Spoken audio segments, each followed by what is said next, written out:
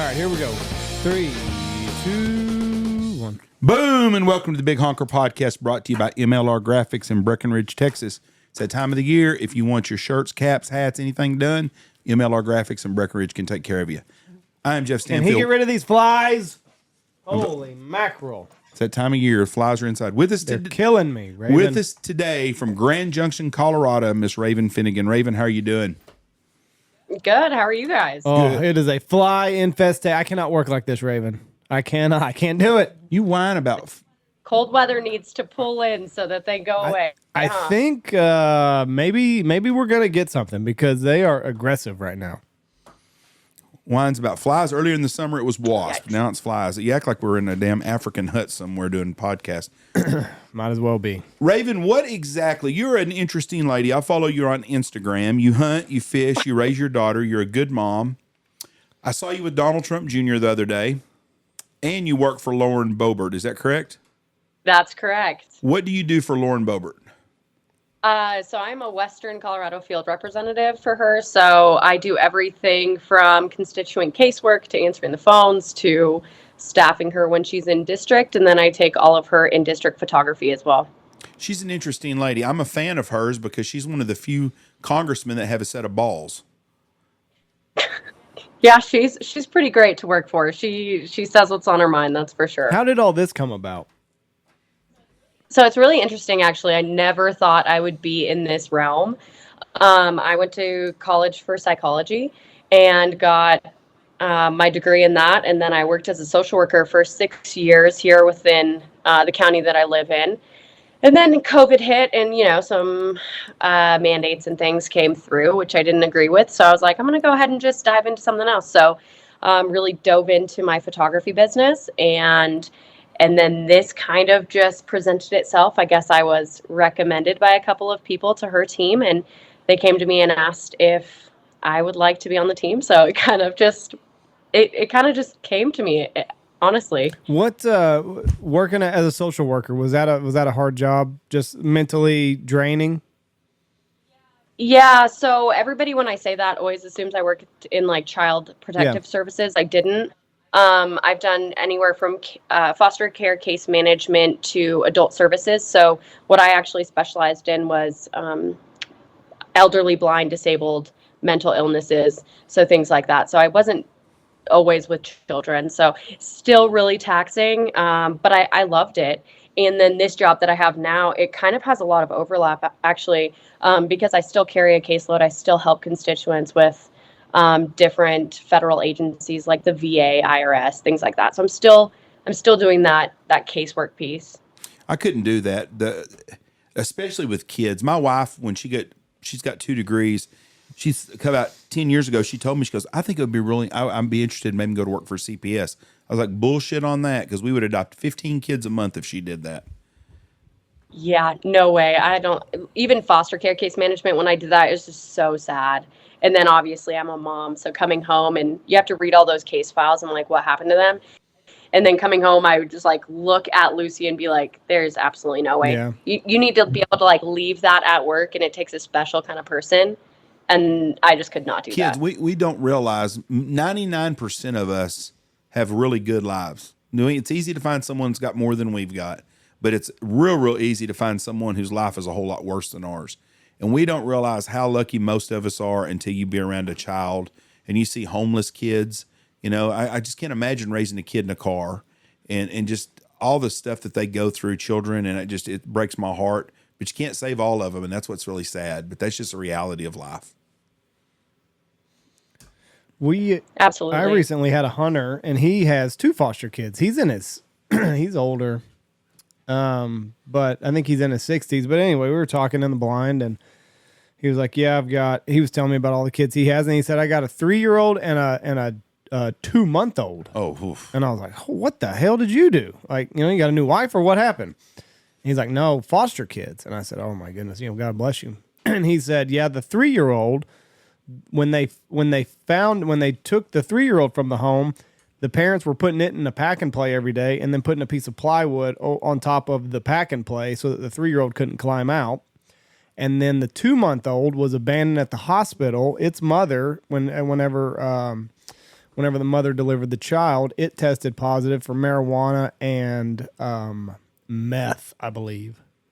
So, I mean, it's just a lot of kids out there struggling. Special place in hell for them parents. Yeah.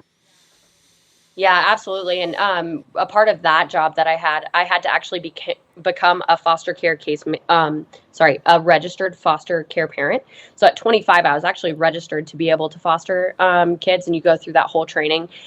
And it's, sorry for my language, like it's no bullshit. Yeah. They tell you exactly, like, you cannot prepare for some of the stories that are coming down through this, and it takes a special person for sure.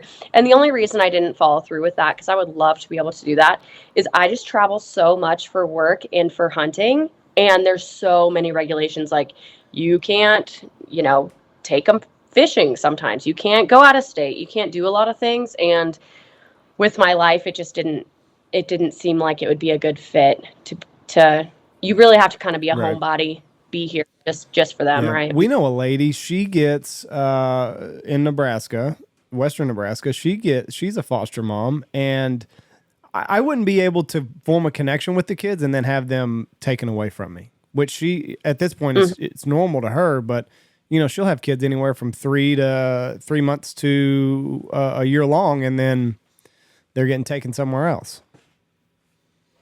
Yeah, it takes a special kind of person. So right now, Lucy and I are actually fostering, or I guess sponsoring some foster kids for Christmas. So we just went shopping yesterday and got them all the things that they wanted.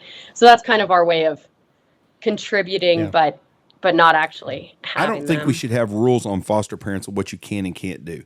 If you're willing to take a sacrifice in your own life and foster a child, you should be able to raise that child the same way you did your own children. And yeah, and absolutely. I also believe, and I'm strongly believe this, and this is going to piss people off, but I do every podcast, so I don't care. If your ass is on any sort of government assistance, you should be on birth control, man or woman. If you cannot afford for yourself, you do not have any reason putting another child on this earth. And it ticks me to all means to see people having kids that they can't even pay for the kids they have, and they just keep having more kids and more kids. Well, we'll get more food stamps. Bullshit. If you can't take care of your children and provide them a good life, then you shouldn't be having any more of them. We got enough kids out there that don't have shit. We don't need more. You think I'm off on this? That might be a little strong. Why? I mean, there's a lot of people that, what about the economic downturn that we're seeing right now? You're going to see a lot of hardworking. You should be having more kids. You're going to see a lot of hardworking people that are going to need assistance, probably. They shouldn't be having any more kids. I'm not saying they shouldn't get assistance. I'm just saying we shouldn't be having more kids. If you can't afford to feed and clothe your children, you don't need to be having more. I don't think it's feeding and clothing them. I think it's just a little bit of an assistance. Well, when you get back on your feet, you can get off birth control and have kids again. Wow. Raven, what do you think? You're just all about getting government involved in your bedroom. No, I'm getting government. If you're getting government help, you shouldn't be having kids out of your bedroom. Use a condom. What do you think, Raven? I'm just going to go ahead and preface this that all things said on this podcast are my beliefs only and have nothing to do with my job. So I'm just going to throw that out there. And then, I think I see where both of you guys are coming from. I think, with our economy right now, it's a lot more people are going to use that assistance right now. I do think that there is some enabling. I feel like some people get into the system and then never truly want to get out of the system. And I think that that's really hard because you see that systematically through generations of families. And I don't think that that's beneficial for people. I think it's important for people to, if they need assistance, get that assistance for a short amount of time, get on their feet, and then be able to provide for their family thereafter.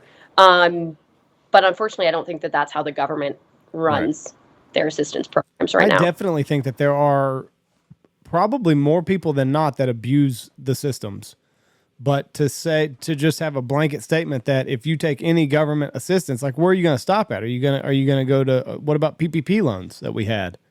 The government came in, forced everybody to stop working. I didn't have no kids during that. A lot of companies took government assistance via the PPP loan, should they have put aside any thoughts of having a kid? Like, how far are you willing to take this? Is what I don't really understand. This is it, and this is controversial, I'm sure. If you live in government housing, if you get food stamps, and if you get any kind of government money assistance for anything, help paying your electric bill, blah, blah, blah, you don't need to be having any more kids. Now, if you get off on your own, I don't have a problem with that. But if you, excuse me, if you live in a government house and you can't afford to live on your own, you live in a government house and you're getting a rebated rent of $7 or $10 a month or whatever they get, your ass don't need to be having kids. Have you seen what the median household, what the median home cost is now? Yes, it is. I know $450,000. Okay. You know what the median household income is? No. It's about 70. Okay. So if you make $70,000 a year, you can afford to have a kid. But if you're living, you could still qualify for assistance. I think if you're getting government assistance, you should. Why do you want to have more kids if you can't afford for them? Why do you want? There are people out there that have just had a hard turn for 6 months. I'm not really targeting them. I'm talking about the second and third generation. Them. It would affect it's just like anything. It would just like gun control. It would only affect the responsible gun owners.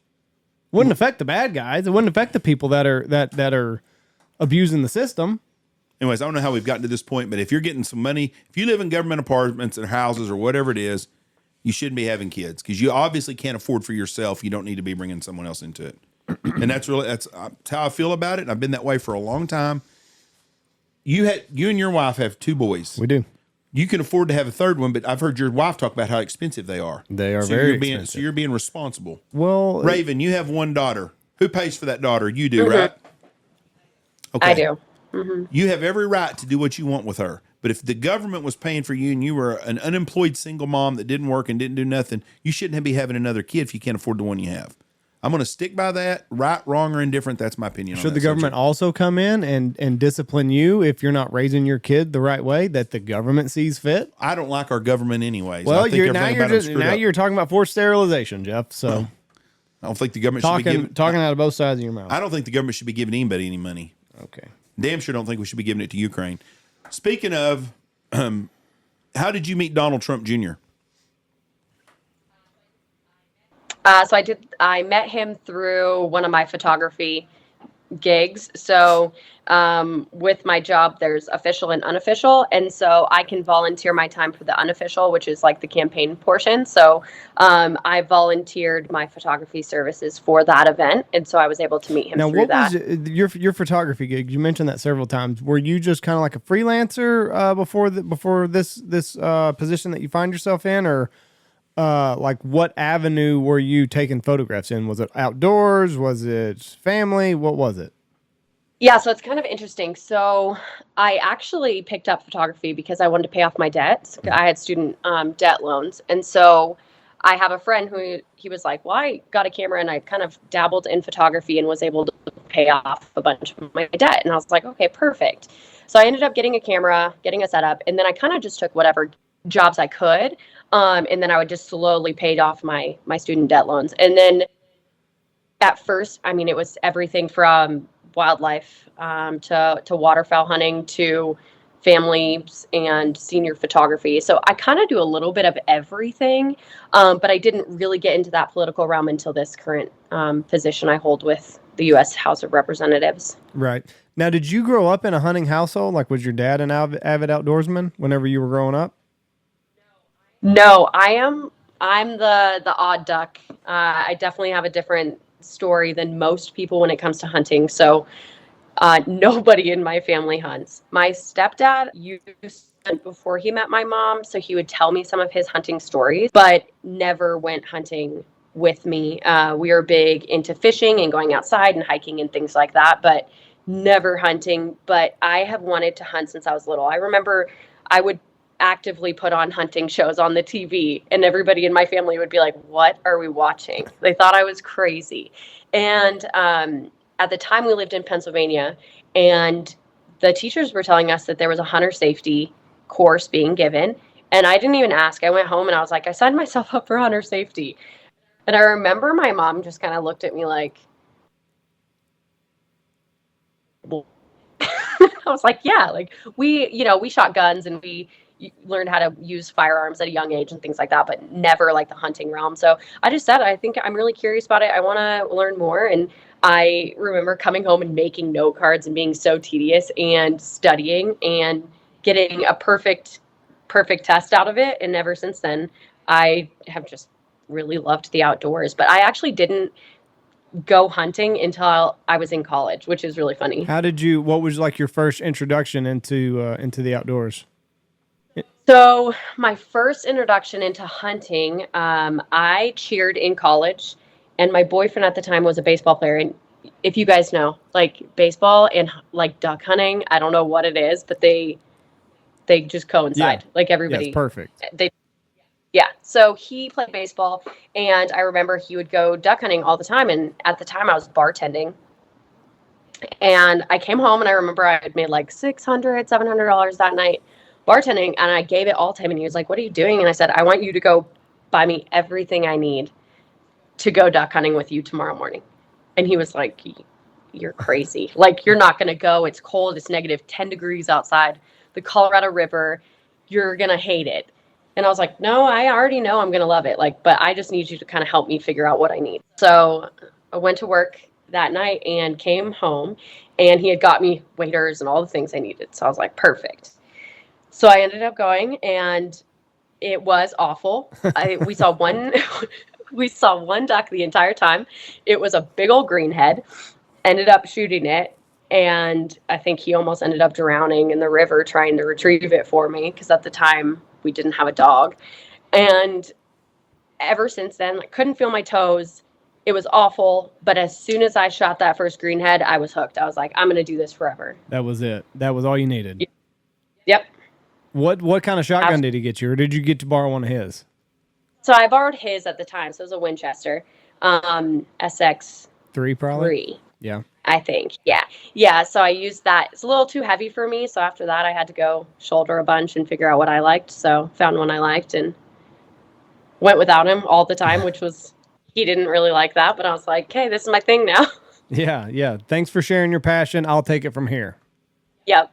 Exactly. Now, when did you start bow hunting? I've seen on your Instagram that you've got quite a few bow kills. Is that something new, or is that something that you picked up along the way? So that's pretty new. So my daughter actually got her bow before me, and we have practiced for probably like 5 years together, hoping to get our first bow kills together. Mm-hmm. She's not quite at the poundage that she needs to be in order to take big game here in Colorado. So I ended up going without her. I got a couple of opportunities, and so it's been great. But I've really only been actually bow hunting for about a year. Prior to that, we were just practicing in our yard. Now, everybody that I've talked to has said once you start bow hunting, you'll never go back to shooting them with a rifle. Is that something similar that you've picked up on? I see why people say that, but I think I'm gonna probably hunt across the board with different methods all the time. I mean, the majority of hunting I do, I understand why people say that if, they have private land or if they have tree stands and they have specific plots and things like that, being able to see how people hunt in different areas of the United States has been really eye-opening. For where I'm at in Colorado, we don't have tree stands. It's more of a spot and stock kind of scenario. Sometimes you're glassing, 1,000 yards to elk and things like that. And so it's not, sometimes archery just is not feasible for where you're at and the unit you have and what you draw in the hunting. So I would say I'll probably still do both, but I understand why people say like they won't go back to rifle. Yeah. What's your favorite thing you've hunted? Because you've hunted on your Instagram. You do everything. I even saw you frog gigging. Yeah. Yeah, I do a little bit of everything. I'm kind of a yes man. If somebody invites me somewhere, I'm like, yep, I'll go. Like, let's try it out. I think my favorite, I think, is always going to be duck hunting, especially in Canada. Like, you just cannot beat Canada skies with all of the different birds and things happening. But I do really love turkey hunting. I think most people I know hate turkey hunting because they're so frustrating, but I find it fun, especially when they're coming up the Colorado mountains and they kind of scare you. It's not really like field turkey hunting like a lot of people do. Yeah, I've only field hunted, but I would definitely be interested to turkey hunt elsewhere. I love turkey hunting, and I could kind of see that if I went down the bow hunting route, that it, because I don't know, maybe I don't know what it is about me, but I like that I get my ass kicked by the turkeys quite often. Like, it's humbling and it's kind of cool, and I don't mind if the turkey wins. So I don't know, we don't get to, I'm kind of a snob when it comes to turkey hunting because I would rather not shoot it if it's not perfect, and like try again tomorrow and like try to get that long beard in and like jump on the decoys and stuff. Like, that's what I like. Absolutely. So I could kind of see the obsession with making the perfect shot with a bow, always kind of honing your craft. And then, you got to sneak into their backyard a lot of times whenever you're bow hunting. Mm-hmm. So yeah, I don't know. I just feel like all hunting, like if you're calling them in and they are believing you and they're coming in hot, it's just so exciting. Especially with turkeys, you hear them far away and all of a sudden they're 5 yards from you. Yeah, it's pretty exciting. Now, have you hunted anything other than Miriam's? Have you hunted like Rios or anything? I shot my first Eastern this year. Okay, in Illinois. What? So are Miriam's like pretty vocal? I would say so, but not for as long of a period. At least in my experience, it feels like they're only fired up for a little bit. So you kind of have to get on them quick.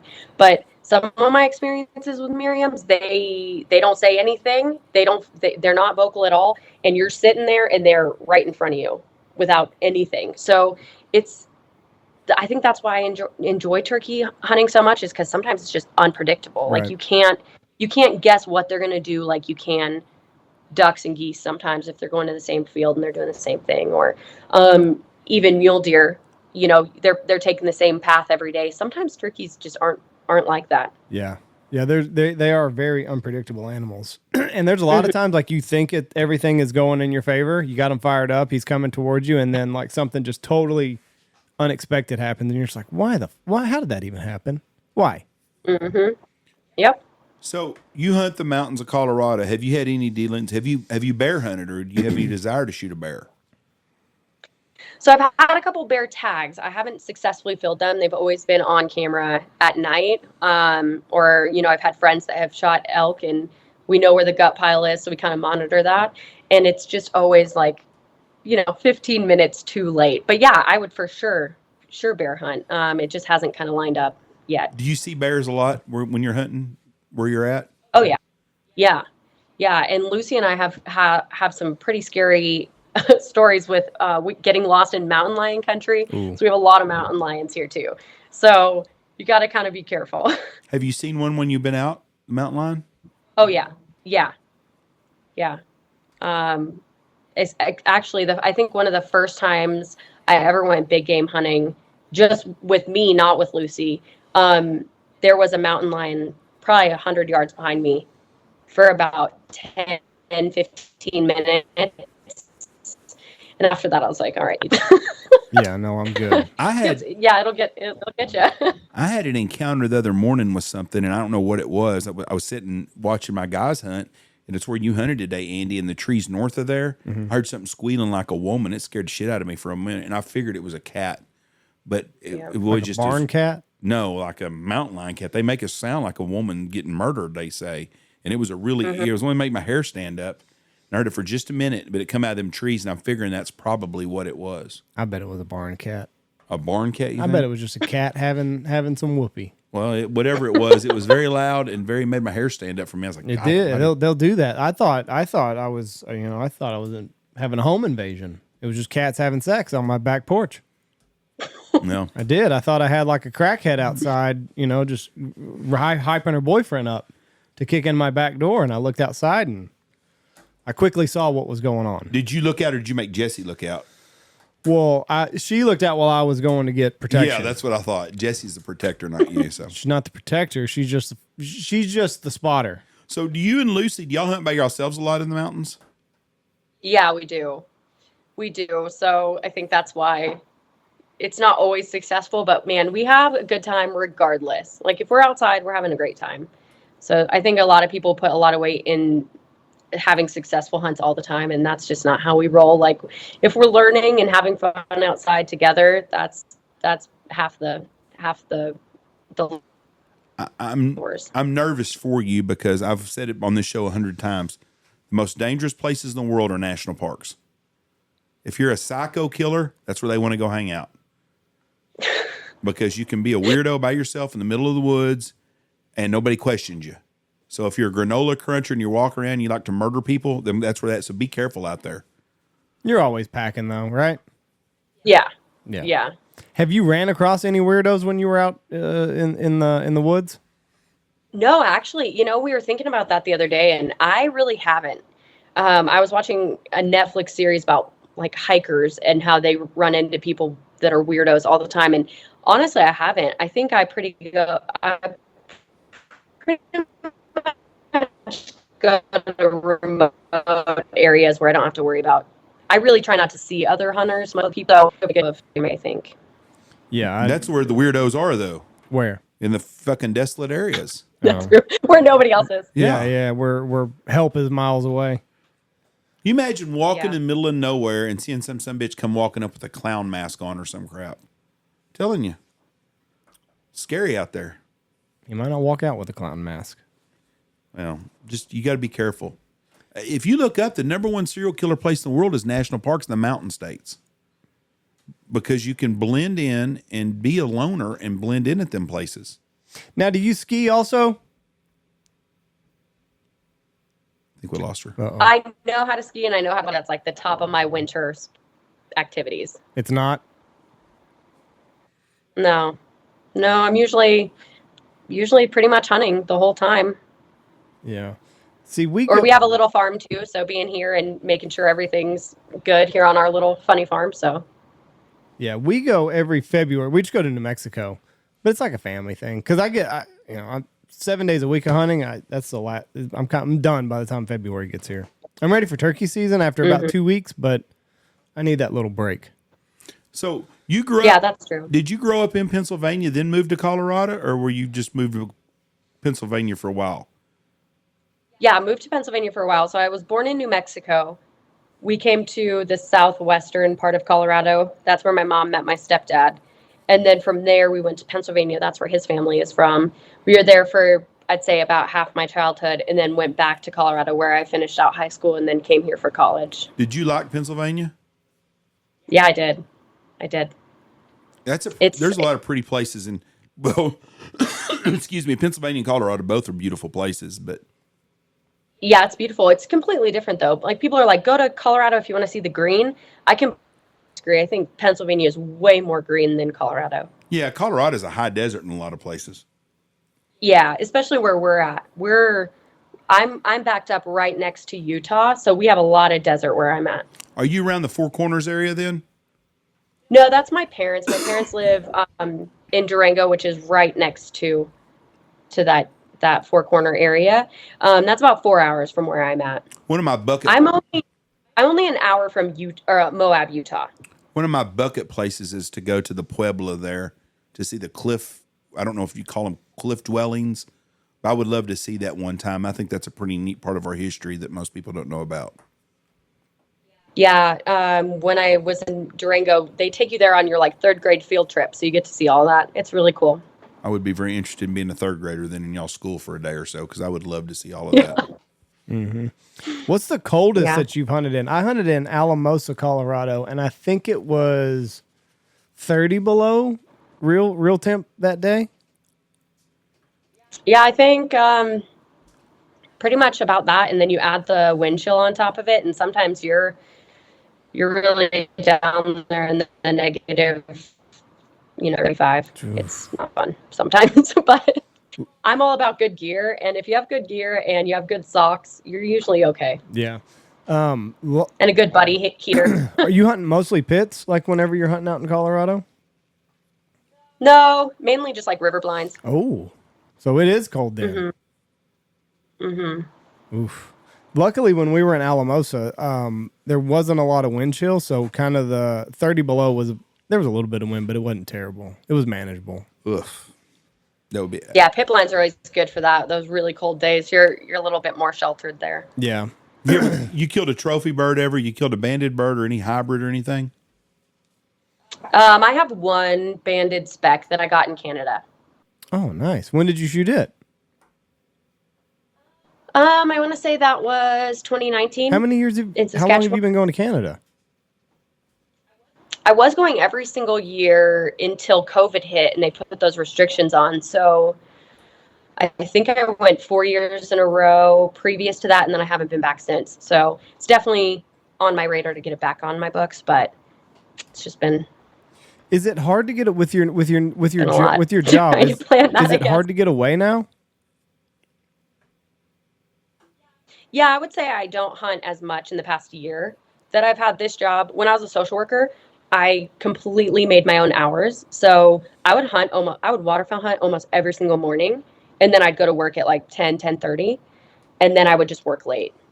And so it was really nice, where this job is a little bit more structured, like 9 to 5, and then some afternoon meetings or some weekend travel. So it's a little bit harder to get out. Do you get to go to DC much, or do you have to go to DC much? That's more that question.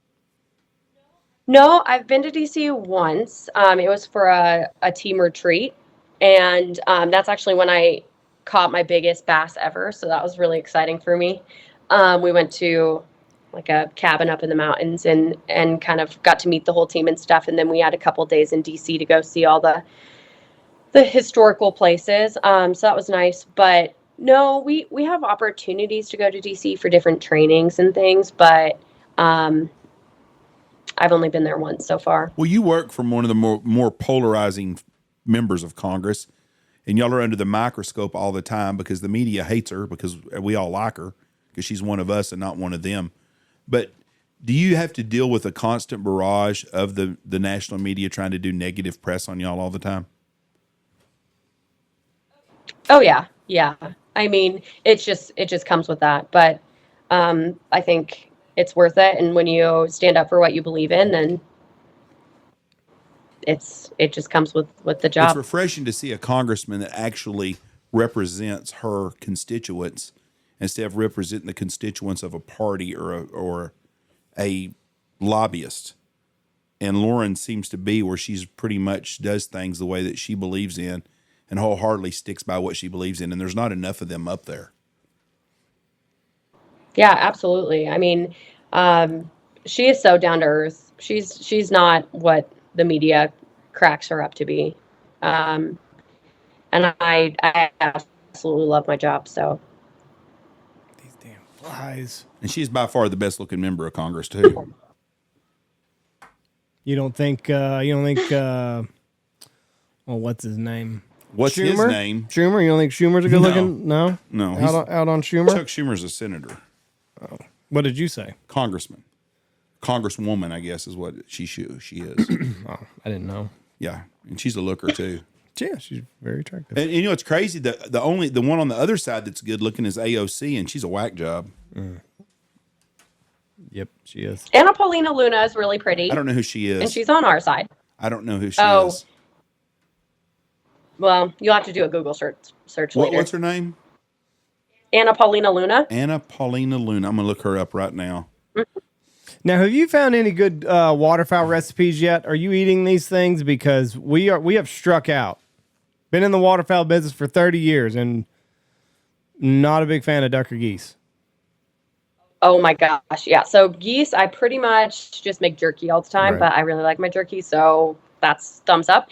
And then I'm going to look at my phone so I can see it. But when I went to Canada 2 years ago, the chef at that lodge gave me 2 different recipes for duck, and I won't go back to anything else. Like, it's amazing.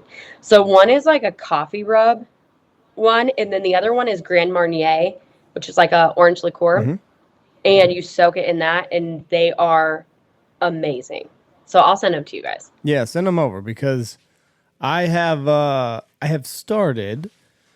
One of the ways that I've heard to clean duck or to clean, because we shoot a lot of speckle bellies here, so they said the way to clean them is basically like you just kind of pluck the breast, and then so you leave the skin on it, and then you just breast it out like normal, and then cook it skin side down for however long till the skin crisps up, and then flip it over for just a second, get a little bit of brown on that bottom side, and then eat it that way.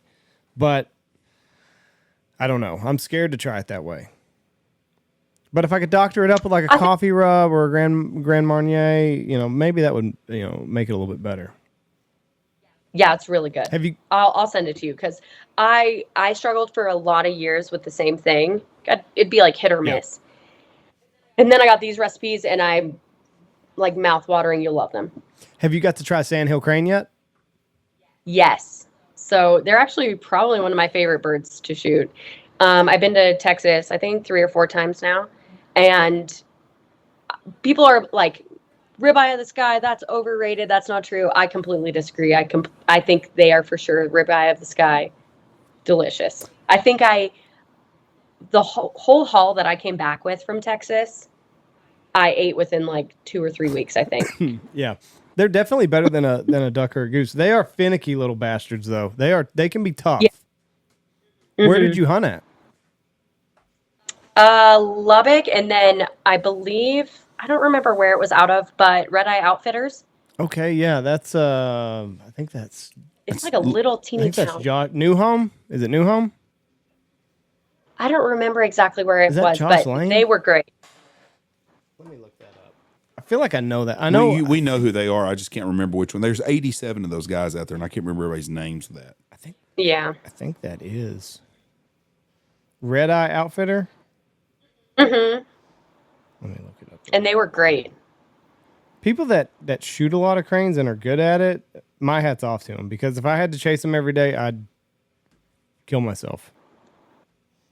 Well, it's crazy. My little property backs up to 44 acres, and there are hundreds of sandhill cranes all the time here. And Colorado refuses to give us a season. They said that there's not enough, and I disagree. Really? They're everywhere. Yeah. Well, in Nebraska, so the way that cranes migrate, it's kind of like an hourglass shape. They're wide, and then they kind of funnel in that Nebraska area, and you can't shoot them in Nebraska either. They say there's too many of them, and I guess it's like a breeding ground for them. So, but I don't know why that would stop you from shooting them in the fall. Yeah, I don't know. There's also a lot of crazy animal lovers here. Yeah. Like there's a whole sandhill crane festival a couple of hours from where I'm at, where they like worship the sandhill crane. So the thought of killing them is probably not looked too good on. Have you ran across any having the position that you do you deal with the anti-hunter quite often?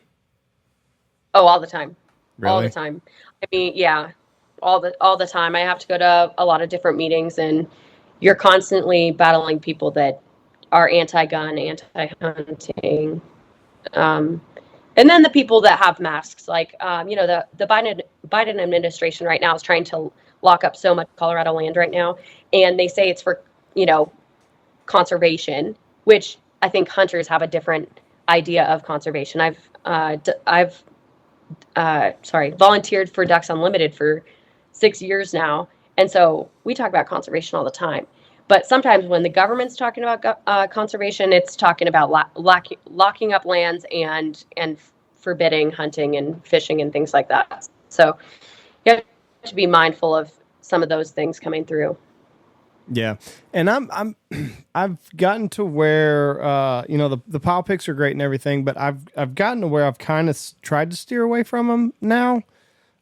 Just because I don't really know, obviously you're proud of what you did and everything, but I think there's a different way as waterfowl. Because, if you have a good day waterfowl hunting, like there might be 60 dead animals in the picture or something like that. Mm-hmm. So I've tried to kind of steer away from posting stuff like that just because I want hunters to be portrayed as, like you said, like conservationists and mindful and good stewards of the resources and not abusing the resources.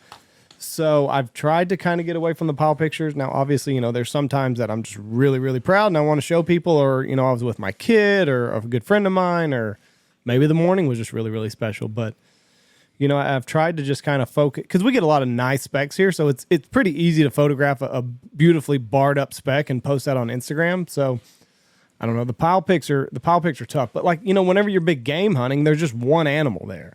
Yeah, So exactly. there's not as much for, they're still going to get pissed about it, but one elk versus 60 big, greenheads or something like that, it puts you in the crosshairs a little bit more. Well, and I can't speak on all states, but for Colorado, the majority of money going into conservation is hunters and fishermen, the outdoorsman community. Nobody, I mean, if you love animals so much, like what are you doing? Like what money have you put into conservation? What money have you put into land development for breeding? What money have you contributed and things, and besides just complaining about it? And Exactly. so Colorado specifically, I mean, there's no argument that outdoorsmen they're the ones really protecting wildlife in all the money. I mean, from our hunting tags to our fishing tags to our license plates that have wildlife conservation on them. All of that money is going directly back to these animals, and making sure that they have successful winters and population numbers are up and all of that. So for me, you can cry about it. I'm going to post what I want. I've volunteered years of my life into conservation. I've taught myself, ethical ways of taking animals. And if I want to post an animal or a pile pick, I'm going to.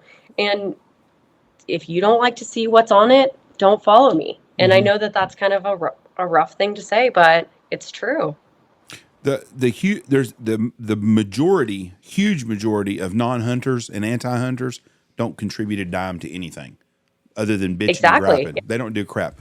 Hunters pay our own way.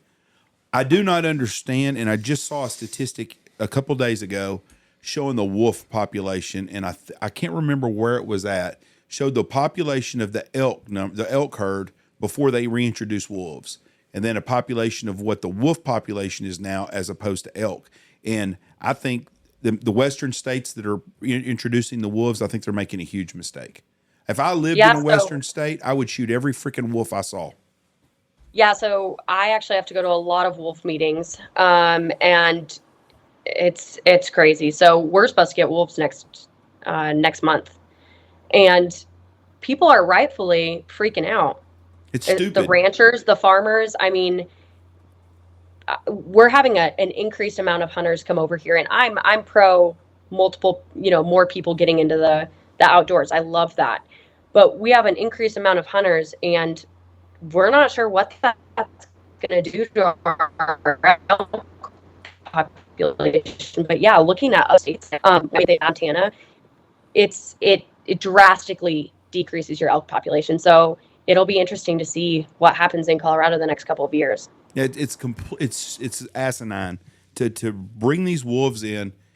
If you want to get rid of all your elk, that's what you do. You bring your wolves in.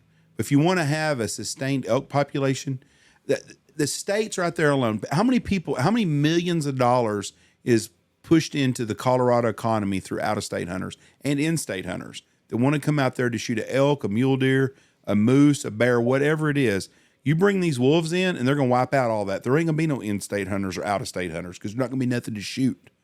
So exactly. If you live in them states, shoot every freaking wolf you see. Don't tell nobody. Just shoot them. If you don't do it, they're going to get all your other stuff. I'm going to make somebody mad by that, but that's a very true statement because you can look at these other states that have done it, how it's decimated. I don't think there's much of it's either northern Michigan or northern Minnesota, one of the few places that's got the the wolf have come in. Their deer population is just tumbled dramatically. Mm-hmm. Did you find that statistic, Andy? No, I wasn't looking at it. Okay. Have you seen, this is recent, the let's see, American Ornithological Society plans in 2024 to begin renaming up to 80 bird species and 3 waterfowl species. They say that there is a more, I just saw it. There is a more inclusive way of renaming these animals. The Ross Grouse is the primary bird that they are targeting, and the waterfowl spectrum of all of this. It's crazy. It's crazy. So I think I saw the dive bomb guys post that article. I haven't read it yet, but I want to. Yeah, like really, you're gonna rename a bird because it's not inclusive? Like, I don't understand that. Like, at this point, it's just picking random things to fight over and to get into when it's not. Yeah, it says right. It doesn't make sense. The AOS, American Ornithological Society, the recognized authority on bird naming in North America, plans to rename all species that are named after people. In a November 1st press release, the AOS announced the changes are being made in an effort to address past wrongs and engage far more people in the enjoyment, protection, and study of birds. I'm like you though. It's just we're fighting over the dumbest shit right now. A Roscoe's or Barrow's Goldeneye is another one that they're gonna. I just don't you know? I don't get it. Birds and highways. Did you see the same idiot or one of them idiots come out? I think it was Gay Pete. What's his name? Buttigieg. Yeah. They wanted to change highway system was all racist on building highways. How the hell can a damn highway system be racist? It's just stupid ass shit. I want to go back to the wolves real quick. In 1991, there was a herd of 20,000 elk wintering in the Jackson Hole area. That herd now has 4,000 to 6,000 animals since they brought in wolves. The elk population in Idaho Lolo Wilderness area prior to the wolf transplant in 95 was estimated at 16,000 elk. Today, since they've introduced the wolf, they have less than 1,000 elk there now. So yeah, let's bring in more damn wolves. I mean, it's just stupid. Well, and it seems like a direct attack on hunters, but really Yes. what people aren't thinking about is rural communities. There are so many rural towns here in Colorado that literally get all of their tourism from hunters coming in there, getting coffee, filling up their gas, all of those things. I mean, this is gonna be a huge ripple effect that people are not taking into account for. Yeah, it'd be like closing the snow, but it'd be like closing ski lifts down, not letting nobody ski no more.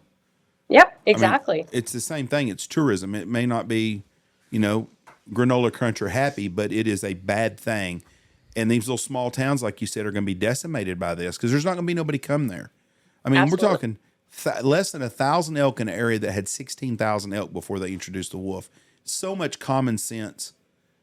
And renaming the birds. How much money do you think our federal government wasted on doing a study to come up with to change the names of a freaking Roscoe's? So the Ross, the Barrow's Goldeneye, and the other thing, Stellar Eider. They're all named after people, I guess, that found them. So the Ross Goose is Bernard Rogan Ross in 1861. He was a trapper. Barrow's Goldeneye, Sir John Barrow, an English geographer and writer. And then Steller was George Wilhelm Steller in the 18th century. But how much money do you think our government? I bet they spent over $10 million doing a study about how they can change the name of a freaking bird. Yeah, too much. Yeah, right? Over absolutely nothing. Well, we've got all that money to send to Ukraine, so we can throw a couple dollars at renaming some birds that were found by white men. Why not?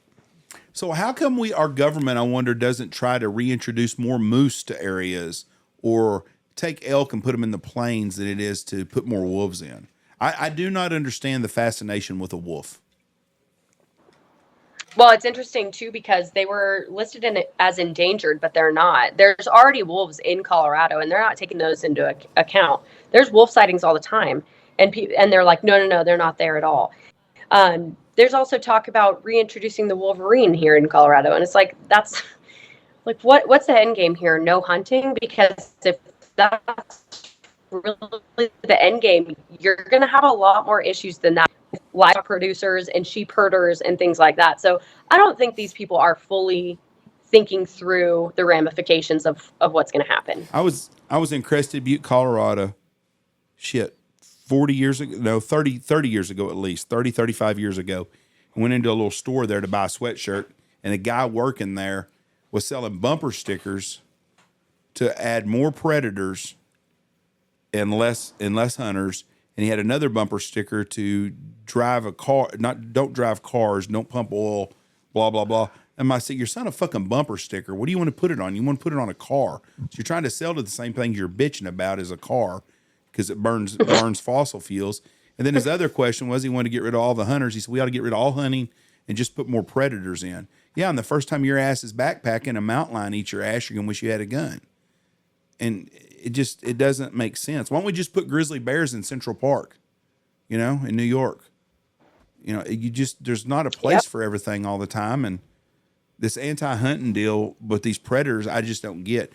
We live in Texas, and there is no introduction of bringing wolves back here. And we used to have wolves here. And we don't want them. Hell, we shoot every coyote we can see. Yeah, and it's interesting because everyone that voted yes on this initiative is in the Front Range, so the Denver area. So everyone's like, well, reintroduce them there, which I understand the funniness of that. But at the same time, they're going to go wherever they want to go. And if they wanted to be here already, they would. And so for me, it doesn't make sense. Yeah. All it's going to do is decimate our elk population, and we're going to get a tax on people that are hiking and biking and all the things that the other side likes to do. And if they think they're just going to be exempt and protected from that, I think they're going to have a rude awakening coming.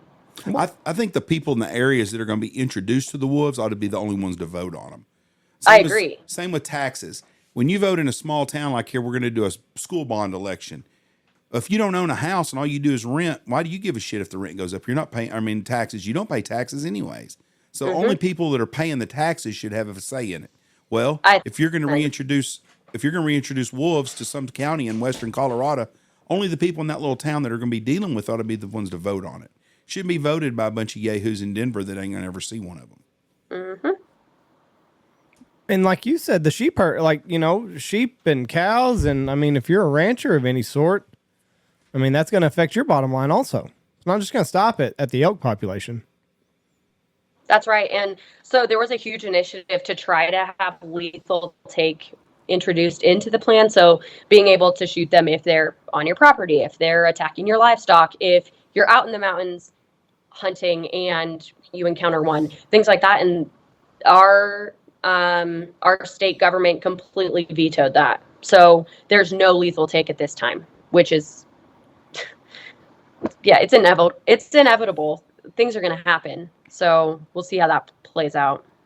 What's it like as a somebody that's got their head on straight to live in like Colorado? That is, a lot of the people there are so far left. You know what I mean? It's like how do you have common sense and then deal with all the idiots out there? Well, I would say I'm pretty lucky. I think, where I'm at in Colorado is pretty conservative. So a lot of people in my town have a lot of the same views. So it's pretty easy that way. Yeah. It is hard, traveling the state and being in different discussions and meetings with people that don't see this the same way as you. And there's no way to convince them or show them your way of life and have them appreciate it. It's difficult. If I would be lying if I haven't thought about moving to the South multiple times a day. Just kidding. And there's a really, really good Instagram page. It's called Nature is Metal. And like it shows kind of the barbaric side of nature. And if you just showed any of these people that think wolves are a good idea a video of a wolf pack taking down a baby elk or whatever it is, a dog or anything, it's gruesome the way that they attack these animals. Like it is not a pretty process, and it is not a quick process either. But it's just like, what do you think that these predators are going to do in these areas? Like it is a nasty. They start at they rip this thing down. They start at the ass and they work their way up. It's not a pretty sight. Well, and what they're saying is, all the wolves will have trackers, so we'll be able to track wherever they go. Okay, they did a study on one pack of wolves that's already in Colorado, and these wolves literally got out of their collars, I think within the first day or so. It's unmanageable. And the other interesting point about the wolves is they had to go, our state government had to go to different states and ask them to give us wolves. And almost every single state except for Oregon, obviously, because Oregon is very left, said, no, this is an awful idea. Why are you guys doing this? We don't recommend this. We're not going to give you wolves. This is not going to be good for your state. And instead of just listening to them, they go to Oregon, and now Oregon's giving us all the pairs that we need for next month, and we're going to move forward with it. It's like, at some point, you should probably listen to people that actually live with wolves. Yeah. Whose final decision is that there? Do y'all have a Department of Interior in Colorado or a Fish and Game? Who's in charge of this? Oh, I don't want to speak for Colorado Parks and Wildlife, which is CPW here. But they are, I don't want to speak for them, but from what I've seen, they are not pro wolves. They're like, this is the worst idea ever. Really, it came down to the governor. So the Democratic governor's the one that come up with this stupid shit. Yeah.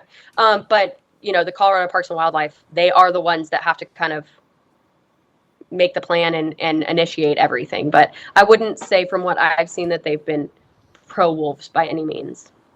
Sometimes it makes you wonder if some of the bureaucracies in some of these departments, if they have any clue what they're talking about or doing. Like, Department of Interior should be ran by people that hunt or in the outdoors and know what they're doing. The forestry the same way, instead of somebody that graduated from Harvard and whose daddy knew somebody and got him to run or give him a position. This is a completely stupid ass idea. Yeah, so most of them, I would say, are, hunters, people that have ranches and farms and things like that. But they're also people appointed by government. So they can be appointed by the governor. They can be appointed by the Biden administration. So the people sitting on those boards often aren't particularly positive in whatever topic they're talking about. Nope, they're done. They donated enough money and they got a position given to them. Right. Now, where did you cheer at? So I've cheered since I was about 6 years old, but I cheered at Colorado Mesa University here in Grand Junction. Any nasty injuries? Because if you look at the statistics, cheering is way more dangerous than football. It's the most dangerous sport in the NCAA. Yeah, so I have multiple concussions. I probably should have stopped a long time ago. I have concussions from soccer and cheer, but I don't know how familiar you guys are with cheer, but I was a flyer. So in college cheer, you can do 3 high pyramids. So like one level of people, second level, and then I would be all the way at the very, very top. And at one point, I fell all the way from a 3 high pyramid all the way to the ground. And that one was pretty rough. I didn't break any bones, thank goodness, but I think my head took a couple rough blows.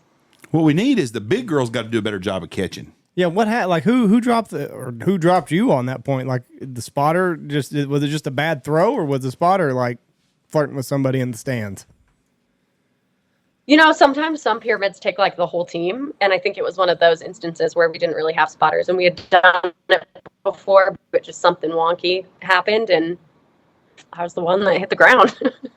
It's inevitable sometimes, but I saw a girl in a high school playoff game one time. They picked her up and threw her up in the air, and they didn't catch her. And let me tell you something: when she splatted on the freaking ground, it hurt her mama up in the stands. It hurt so bad. I was like, damn, but the big girl just watched her land. Just watched her fall. Yeah. My cousin is married to a former collegiate cheerleader, and she is all beat up. I mean, her elbows, she was also a flyer. But I mean, her elbows, her back is always aching from just falling. Like even in practice, I mean, if they drop you there, it's same as getting dropped in the game. I mean, it's a little bit better, but like from falling on like her butt, just that compression. Mm-hmm. So, I mean, she's all beat up, but it's just crazy to think that the cheerleaders are at a much elevated risk, higher risk than the football players out there. Yeah, and people think you're not doing anything, but it takes a lot of talent to be able to do all the things that they do, especially with tumbling and throwing your body around. And, I mean, I was on a co-ed cheer team, so I would just have one guy holding me with one hand, and the amount of coordination and stability you have to have. I mean, it's a lot. Do those guys do well with the cheerleader? Like, did you ever date any of those guys? No, I never dated a cheerleader before. Never did. I mean, I could understand as like a guy's perspective, like, hey, I'll do this to try to meet people, but like, are the other cheerleaders like, no, like you're not, no, like I want a hunter. No, so it's actually pretty interesting. I think on my college cheer team, I think there's been like 2 or 3 marriages Oh, from who was on my co-ed cheer team. The men to men So or men to I mean, women? it happens. it happens, I guess. The men date It happens. men marrying men or men marrying the cheerleaders? The cheerleaders, the girls, yeah. I mean, some of them married men too, but not on the same team. No. I mean, I was thinking the same thing you were. It'd be a good way to meet chicks. yeah, 100%. You're with each other all the time. You're training, and it's easy. You basically you're forced into trusting this person. You know what I mean? Yeah, that's true.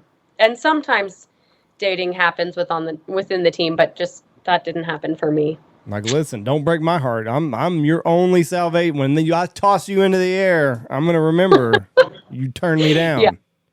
Exactly. So figure this out, lady. Am I really the one that you want to piss off? No. Yeah. That's interesting. So where are you going next? You got any other trips planned for the fall and winter? I actually just canceled all of my trips for the next couple of months. I had, I think, 4 planned. I'm trying to, so I actually rent my little property right now. I have 5 acres, and I'm trying to buy it right now. So just trying to like get everything coordinated and get through the holidays and things. So I thought it would be best to cancel for now and then hopefully come out strong next year with some planned trips. So the only one I didn't cancel yet is going to be my turkey hunt in Illinois. Again, I'll do that in April or May, I believe. How tough is it when you work for someone that's dependent on getting reelected every 2 years? That has to be a tough deal too, for stability wise.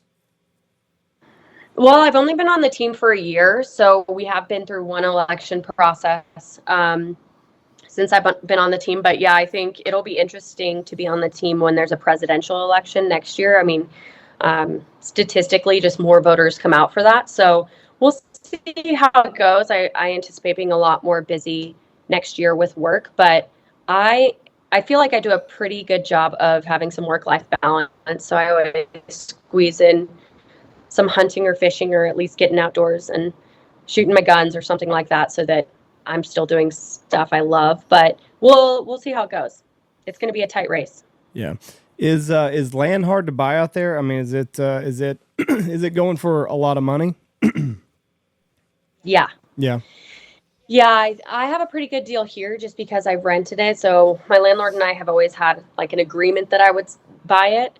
But I know people trying to buy land right now, and it's, I mean, upwards to $700,000, $800,000 for almost nothing. So I know here in Texas, just with the insurgence of Californians that we've seen, and I think the same with Idaho and some other states, just land prices are through the roof right now because everybody, because they come out here and they're used to California prices and they don't realize that they're just screwing it up for everybody else.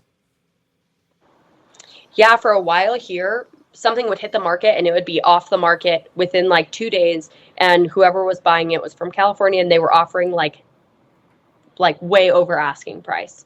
And so local people couldn't even buy something if they wanted to. So it was really rough for a while here, but I think it's starting to stabilize a little bit. I had an outfitter in Kansas call me last year and wanted to know if we was having trouble with California people here. And I said, no, we haven't. And he said that up there, they'll be on OnX and find a field that's got a hunt on it, and it's somebody from California that's never even seen the land. Just bought it and have somebody farming it, but they don't want nobody hunting or being on it. Right. But, and he said that's gotten to be a really, he said they had 3 pivots by them that sold. Somebody from California said, oh, that's a good investment. We can spend $3 million there and own 2,000 acres or something. And right. But that's one of our problems here. It's not a problem, but you take somebody in California and they live in San Francisco area and they want to retire, and they can sell their house for $2 million. They can come here and buy a house 3 times as big as the one they had, a lot nicer, for $500,000.